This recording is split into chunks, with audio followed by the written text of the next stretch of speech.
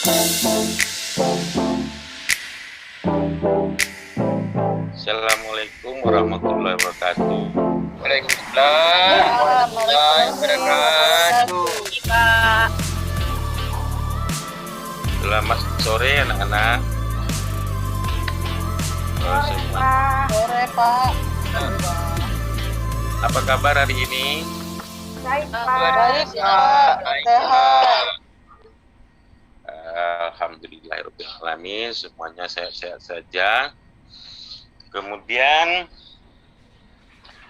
pada hari ini kita akan masuk materi, melanjutkan materi yang sebelumnya, yaitu tentang dinamika peranan Indonesia dalam perdamaian dunia. Sebelumnya, Bapak mau ngecek dulu tentang kehadiran kita semua.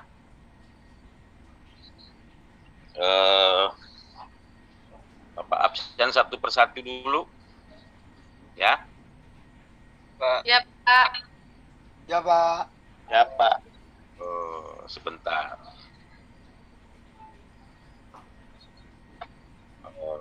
Bapak Darwis. Ini Pak, bukan Bapak. Anak-anak saya, Pak. Nur Maslina. Hadir saya, Pak. Paulus.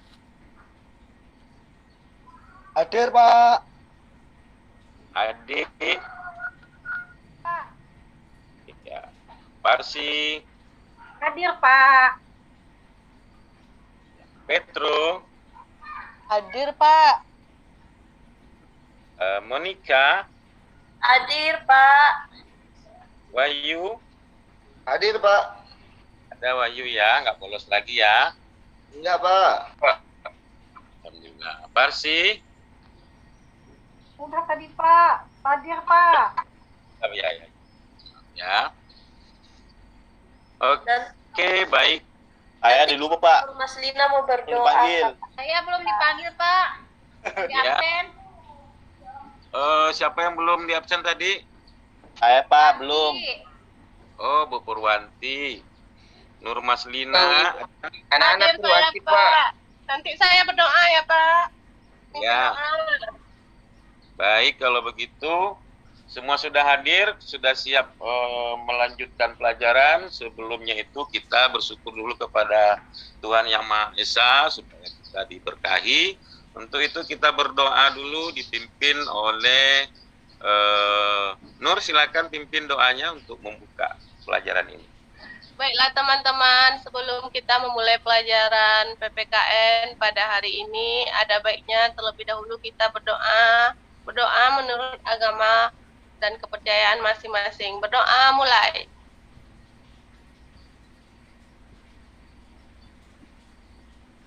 Doa selesai.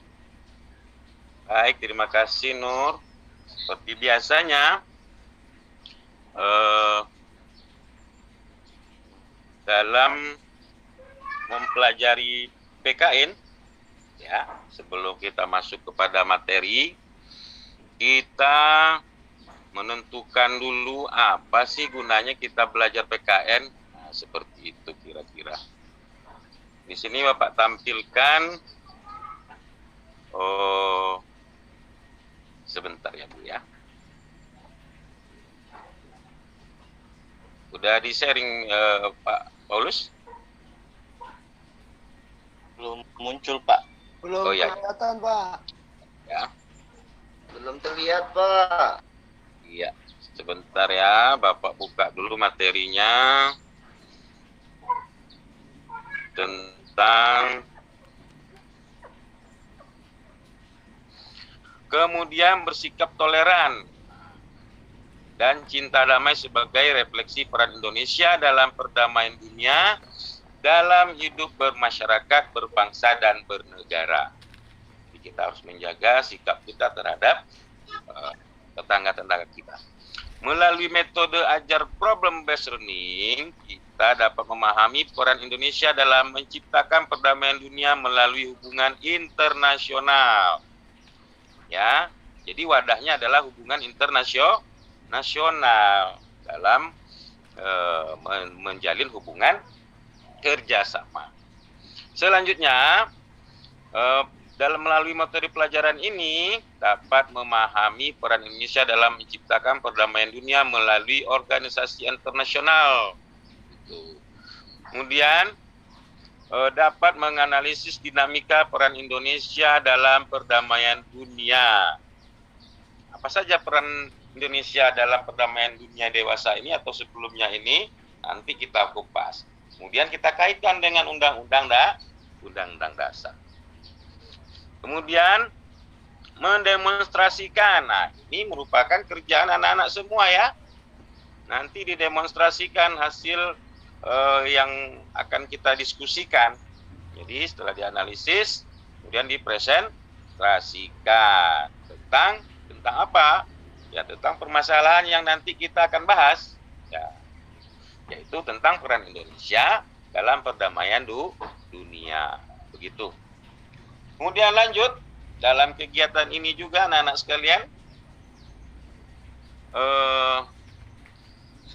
halo, semuanya masih Pak, masih. Ya. Dalam materi ini kita memiliki beberapa standarisasi dalam pokok materinya. Di antaranya itu KD dan indikator. Ya. Nah, ini jangan lupa sebab di sini adalah nyawa daripada materi kita. Kalau kita melenceng dari sini, ya semuanya kita tidak tercapai dalam hal pembelajaran. Ya. Jadi KD kita yang pelajari adalah dinamika peran Indonesia dalam perdamaian dunia sesuai Undang-Undang Dasar. Indikatornya yaitu memahami peran Indonesia dalam menciptakan perdamaian dunia melalui hubungan internasional. Gitu. Kemudian memahami peran Indonesia dalam menciptakan perdamaian dunia melalui organisasi internasional. Dan peran Indonesia dalam perdamaian dunia sesuai dengan Undang-Undang Dasar Negara Republik Indonesia itu tahun 1945. Jadi semua itu berkaitan dengan UUD. Kenapa? Karena UUD itu adalah satu-satunya konstitusi di negara kita. Ya, tidak ada yang lain lagi. Kalau dulu banyak UDS lah, ya. Lanjut. Kalau begitu, tanpa mengulur waktu, kita buka dulu materi ini dengan sebuah gambar ya. Nah, subjek itu dalam bahasa Indonesianya apa kira-kira, Wahyu? Sudah anak kita Wahyu? Subjek hukum itu di hukum internasional? Enggak, subjek di bahasa Indonesia itu dia sebagai apa kira-kira? Orang, Pak, biasanya. Oh, pelaku ya, orangnya ya. Ya, pelaku. Ya, pelaku. Dalam bahasa Indonesia EYD, subjek itu dengan rumusan SPOK, subjek itu adalah pelaku dalam sebuah peristiwa ya, atau kalimat ya. Jadi pelaku daripada hukum internasional atau disebut subjeknya yang melakukannya, ya kan, adalah antara lain negara. Nah, begitu. Negara. 1, 2. Apalagi? Ahmad? Organisasi, Pak. Organisasi. Apalagi berikutnya, Paulus? Lulus izin, Pak. Oh, izin. Darwis, apalagi? Kelompok. Nah, kelompok. Siapa yang jawab tadi? Monika, Pak. Monika ya. Lagi Jangan Pak, lupa anak-anak sekalian yang Bapak sayangi, Bapak harap keaktifan kalian, karena aktifan kalian itu membuahkan sebuah poin bagi Bapak dan hadiah seperti itu. Ya. Nah, Iya, Pak. oh, hadiahnya belum Bapak tampilkan ya. Biasanya Bapak kasih itu hadiah. Oke. Nah, negara sudah jelas adalah sebuah organisasi yang terbesar di dunia ini. Ya, itu menjadi subjek hukum internasional. Yang kedua adalah organisasi. Organisasi ini banyak sekali ya, anak-anakku sekalian. Bisa organisasi keagamaan, bisa organisasi perdagangan, bisa organisasi event, ya, event-event seperti olahraga, seperti itu misalnya, bisa organisasi politik dan lain sebagainya. Nah, macam-macam. Kemudian selanjutnya kelompok. Nah, kelompok ini juga bermacam-macam. Kelompok ini bisa berupa kelompok kepentingan yang berhubungan dengan negara-negara luar, misalnya kan. Misalnya kelompok wisata, misalnya. Ini kelompok PPG kelompok 3 berwisata ke mana itu, ke Jepang untuk melakukan studi banding misalnya. Itu juga dikatakan hubungan internasional, ya. Karena ada dua pihak yang melewati batas negara. Seperti itu. Yang berikutnya yaitu individu. Individu adalah pihak yang sifatnya orang perorangan, ya. Misalnya sebelum Bapak sebutkan, ada yang tahu contoh daripada sebuah individu yang menjalin hubungan internasional, anak-anakku? Duta besar, Pak. Duta besar. Kalau duta besar, itu bisa jadi kenegaraan, kurang lebih gitu ya anak-anak ya, karena negara ini diwakili oleh seorang duta. Itu mungkin masuknya ke negara. Seorang yang berinvestasi di luar negeri, Pak. Orang yang berinvestasi luar negeri seperti seseorang yang memiliki harta. Ya, boleh. Seorang yang mengenalkan budaya ke negara lain. Politik luar negeri negara Indonesia, yaitu menggunakan prinsip politik luar negeri bebas aktif.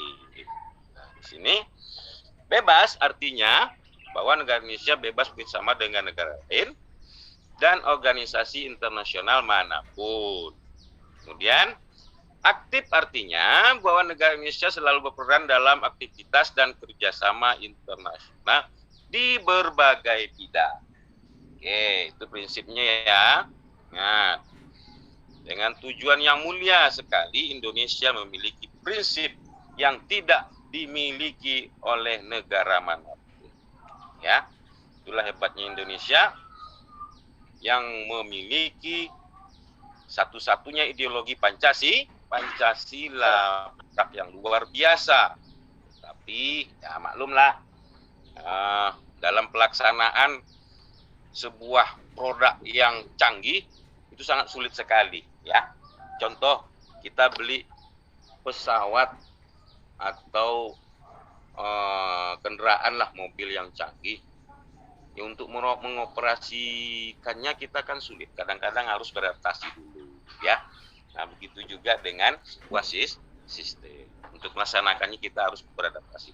Makanya pelaksanaan Pancasila di dewasa ini belum begitu sempurna dan belum mencapai tujuannya. PBB yang ke-60 itu, ya, itu kan kalau tidak salah 28 September 1950. Ya, 50. 28 September 1950. Ya. Itu pernah. Terima kasih. Kalau tidak salah juga pernah keluar lagi karena kecewa dengan Malaysia itu, Pak. Terima kasih, Pak. Ya, Paulus, terima kasih. Jadi 28 September 1950 Indonesia masuk ke dalam organisasi PBB. Ya, tadi Bapak ingin bilang begitu, jadi Bapak pura-pura lupa aja biar tahu siapa yang cerdas di lokal ini ya. Nah, Paulus, tunggu hadiah Paulus. ternyata Paulus Tunggu hadiah Lebih Paulus. cerdas sekali. Iya. Paulus dia juara umum, Ya, Pak. jadi juara Tunggu minyak umum goreng. ya. Oh di kelas kelas 10 kemarin ya. Pak Ahmad juara berapa kemarin? Si Ahmad itu Bapak ini juara umum pertama atau soalnya kacamatanya udah tebal ini banyak baca kayak gini. Ahmad ikut PON dia, Pak. PON Poli. Oh, itu pon poli. Ya, hebat Iya. olahraganya. Ya begitu terima Kasih Nina. Iya. Baik, kita lanjut ya. Menjadi anggota PBB ya. Kemudian berperan serta dalam kegiatan-kegiatan perdamaian dunia melalui di bawah naungan PBB. Nah, salah satunya mungkin dapat kita cari contohnya. Siapa yang bisa memberikan contoh di sini? Menjadi anggota PBB, kemudian berperan sebagai apa dia, apa yang dilakukannya, ada yang tahu? Belum tahu, Pak. Juru Tahu? Belum. Ya, menjadi anggota PBB tentunya hak dan kewajiban sebagai anggota itu ada. Nah, kewajibannya salah satunya itu menjaga perdamaian dunia. Aksinya seperti apa? Ya, aksinya seperti mengirim pasukan-pasukan perdamaian ke negara-negara yang sedang konflik, anak-anakku sekalian. Seperti di mana, Pak? Ya, umumnya kalau dari zaman dulu, 20 tahun yang lalu itu biasanya ke Palestina, ya. Untuk yang zaman sekarang ini, ya kebanyakan itu mungkin ke daerah yang sedang konflik dan lagi viral ini seperti ke Ukraina, gitu, seperti itu ya. Jadi mereka itu selalu Indonesia itu selalu aktif sesuai dengan prinsipnya tadi, dia tidak boleh pasif di situ, gitu. Kemudian yang kedua, sudah itu di PBB banyak sekali kalau di PBB itu ya. Kemudian yang kedua, perintis berdirinya ASEAN. Perintis berdirinya ASEAN, Indonesia ini salah satu negara yang sangat dihormati di wilayah kawasannya, terutama di ASEAN. Kemudian perintis gerakan non-blok. Nah, melakukan gerakan non-blok yang tidak mau memihak ke blok barat maupun blok timur yang terjadi waktu itu di Perang Dunia Kedua. Nah, itu Indonesia juga yang merintis. Jadi begitu hebatnya Indonesia, tetapi kenapa sampai sekarang ada negara-negara yang lebih maju daripada Indonesia? Apa sih yang salah? Nah, ini PR bagi kita semua ya. PR. Pak Guru, Ya, Ah. Pelus. contohnya bisa ditambah lagi mungkin kalau nggak salah Indonesia pernah menjadi penyelenggara konferensi Asia Afrika ya Pak Guru. Ya, tahun 1955 kalau nggak salah ya itu ya. Ya, nah itu bagus sekali, Paulus. Sebenarnya Bapak ingin masukkan semua, tetapi berhubung nanti waktunya nanti itu menjadi tugas-tugas kalian nanti. Nah, tapi karena sudah kalian bertanya, boleh nggak apa-apa. Jadi KAA itu dirintis juga oleh Indonesia, ya. Akibat daripada apa? Pengaruh Perang Dunia Kedua. Nah, dan konferensi itu malah dilakukan atau diadakan di Indonesia, tepatnya di ibu kota Jawa Barat, tepatnya di Bandung. Dan untuk mengingat sejarah itu, sekarang didirikan monumennya, ya, monumen KAA Konferensi Asia Afrika di Bandung. Kalau kalian sering nonton sinetron Dunia Terbalik, ya, atau ada yang pernah nonton Dunia Terbalik? Sinetronnya? Pernah, Nah, itu kan pernah Pak. nah, itu Ya. si preman lawan si preman insaf itu kan sering nongkrong di depan gedung KAA itu ya, kira-kira ya. Ya, Pak. Berarti Ya, yang Di Afrika. Ya. berarti yang melahirkan Dasar Sila Bandung itu Pak ya.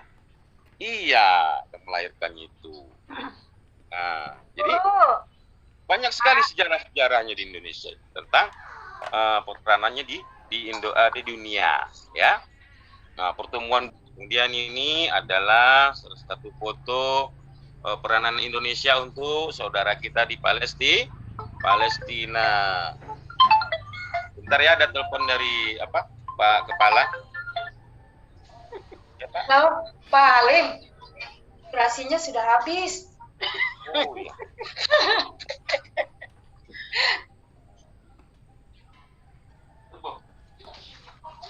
Ya, Pak Wahyu.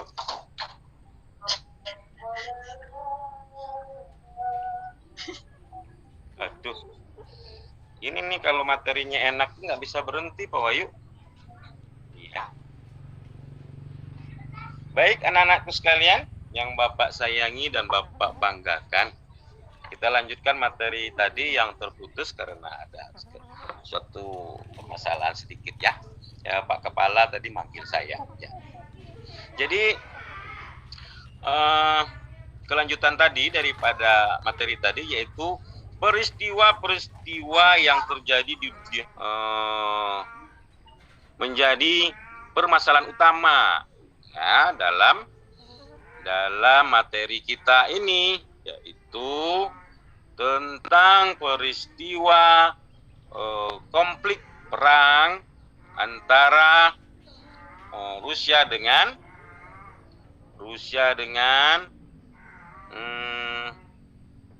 Ukraina. Nah, oke, kita simak anak-anakku sekalian. Nah, silakan disimak. Kemudian,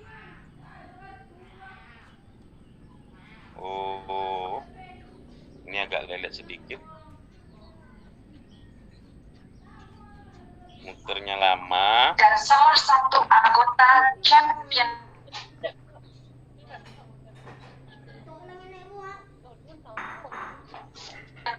dari Global Presiden Jokowi memilih mencoba berkontribusi. Hampir 4 bulan sudah perang Rusia Ukraina berlangsung sejak 24 Februari lalu dan hingga hari ini perang belum juga berakhir. Beberapa kepala negara berusaha Ukraina untuk berusaha mencarikan pertolongan, mulai dari Perdana Menteri Inggris Boris Johnson yang bertemu Presiden Zelensky.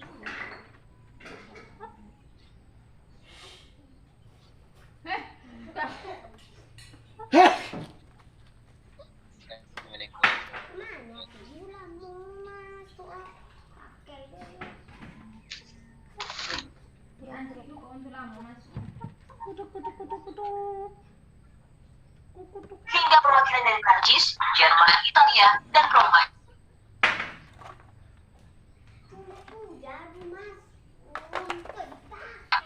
Iya, serangan Rusia sebelumnya hancurkan gudang besar senjata Ukraina dan menembak jatuh Antar negara dengan dimediasi oleh Indonesia. Nah, itu kan tugas materi utama kita, itu peranan Indonesia dalam perdamaian dunia. Jadi tugasnya itu 2 saja, 3 jadinya. Penyebabnya apa? Penyelesaian bagi Anda, menurut Anda bagaimana bagusnya, kemudian bagi Indonesia seperti apa. Nah, masing-masing kelompok diberikan sebuah kasus penyebab dan solusinya itu satu saja dulu. Nanti selanjutnya kita kerjakan di rumah. Sebagai contoh kita sajikan satu saja per kelompok. Ya. Untuk itu Bapak kasih waktu 10 menit untuk mencari jawaban-jawaban itu, referensi yang sudah kalian miliki. Ya. Tidak apa-apa, apa adanya saja dulu, karena nanti kita sempurnakan nanti di pertemuan berikutnya. Ya, ini Bapak ingin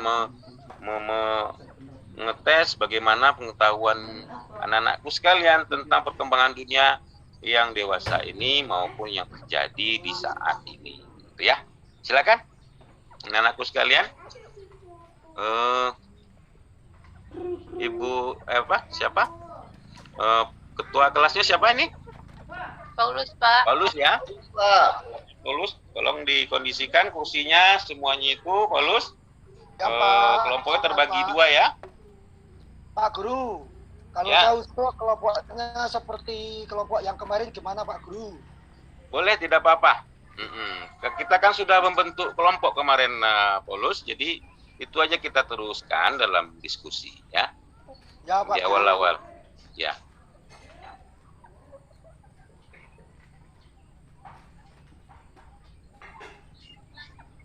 Ya, sedikit banyaknya tentu kita tahu ya, karena ini adalah peristiwa dunia. Ya. Karena kedekatan Ukraina dengan NATO. Yang kedua, Oh, karena adanya ekspansi ke Eropa Timur. Itu. iya, Terus solusinya kalau menurut diskusi kelompok kami Iya. itu harus dibentuk forum perdamaian dengan cara menghadirkan perwakilan dari negara-negara tersebut Pak, yaitu Rusia, Ukraina. ya. Mungkin itu Pak jawaban hasil diskusi dari kelompok kami, kelompok A. Terima Baik kasih. sekali. Baik sekali hasil diskusi kelompok B. Ya. Atau kelompok A. Kemudian ditanggapi oleh, ada tambahan lain di kelompok A? Sementara Nina itu ada, Pak. Nina? Ya, boleh saya tambah Pak solusinya dari kelompok A tadi. Ya. Kelompok saya mungkin Silakan. Indonesia bisa menjadi pihak ketiga atau penengah antara Rusia dan Ukraina untuk perdamaian. Iya, baik sekali dari kelompok A. Itu siapa namanya tadi? Nina ya. Ya Pak. Nina, yang pertama tadi Paulus. Ada lagi? Jangan sungkan-sungkan untuk tampil ya, sebab penilaiannya itu Bapak ambil dari keseharian ini banyak sekali ya. Bukan hanya dari pedagogik kognitif ya. Jadi keaktifan sehari-hari juga Bapak ambil ini. Darwis ini jangan tidur-tidur lagi di kelas ya, aktif-aktif. Iya Pak. Nah, kalau ngantuk cuci muka dulu, nanti masuk lagi. Iya Pak. Iya Pak. Ya? Iya, kita Saya tunggu sama-sama hadiah ini, belajar. Ya, bagaimana? Ada tanggapan Darwis? Iya Pak. Bukan Sudah ada tanggapan. teman. Iya, membantu kawan. Ya. Sudah saya serahkan tadi sama Nur. Oh, kerjaannya Nur diserahkan ke Nur tadi ya? Oh, baik sekali. Iya Pak. Saya kira kerjaan Pak Darwis yang diserahkan gitu ya. Kerjaannya Nur yang diserahkan ke Nur ya. Oke, baik sekali. Terima kasih. Oke. Bagaimana dengan kelompok A? Kelompok B? Sama Pak. Tanggapannya tentang kelompok A tadi? Sama Pak. Jadi penjelasan dari Paulus dan Nina itu sudah hampir sama dengan hasil kerja kami secara berkelompok Pak. Iya, silakan. Siapa namanya ini? Berkelompok. Sekali. Ya, baik sekali Ahmad. Tanggapannya dari kelompok B. Ada yang nambahkan dari kelompok B? Si Parsi, mana Parsi ini? Parsi diam-diam kadang-kadang sekali dua kata menghanyutkan langsung ya. Pak, udah cocok sama tadi yang di hati Sama ya? saya sama dengan Paulus dan sama tadi Bu Nur. Sama Iya. persis di hati Sama saya. persis ya. Oh, dia duduk. Ya, biasalah kalau kalian duduk sebangku begitu. Iya, si Wahyu bagaimana? Ada tanggapan kelompok B? Sama dengan Ahmad Pak, karena satu kelompok Pak. Oh, satu kelompok, satu kursi Di lagi pendapat ya. kelompok Pak, iya. Iya. Oke, baik kalau begitu. Anak-anakku sekalian sudah jelas itu penyebab akar masalahnya, kenapa terjadi peperangan. Sudah kita ketahui, salah satunya yaitu adanya kecemburuan sosial dari kelompok berapa? Kelompok 2 ya, kelompok B ya, kecemburuan sosial. Kemudian adanya penyebab masalah dari Paulus tadi ya Pak? NATO yang ekspansi ke Eropa Timur Pak. Adanya ekspansi NATO ke Eropa Timur ya. Nah, itulah salah satu penyebab permasalahan terjadinya konflik. Cuman solusinya itu makanya datanglah Indonesia sebagai mediator, mempertanyakan kenapa ini bisa terjadi. Nah, sebab apa? Dampak daripada konflik tersebut sangat luas sekali, terutama bagi Indonesia. Harga barang naik, ya, ekonomi kita anjlok, itu akibat dari peperangan tersebut. Ya, contohnya kasus kemarin orang pengusaha sawit di Indonesia demo di Jakarta itu demo Jokowi masalah harga pupuk naik, sawit murah. Itu dampak dari apa? Dampak daripada perang tadi. Kenapa? Karena faktor ekonomi, karena dalam hal ekspor impor. Jadi jalur perdagangan di Asia dengan Eropa itu terhambat gara-gara jalurnya tertutup. Kenapa? Karena konflik ini terjadi di tengah-tengah belahan dunia gitu. Jadi wajar Jokowi ke Ukraina atau ke Rusia untuk mendamaikan mereka atau mencari solusi. Bagaimana supaya kita tidak terlalu mendapatkan impas. Ya Pak. Itu kesimpulan sudah. Kemudian kita tutup saja pertemuan kita hari ini dengan mengucapkan hamdalah. Alhamdulillahirobbilalamin. Terima kasih anak-anak sekalian.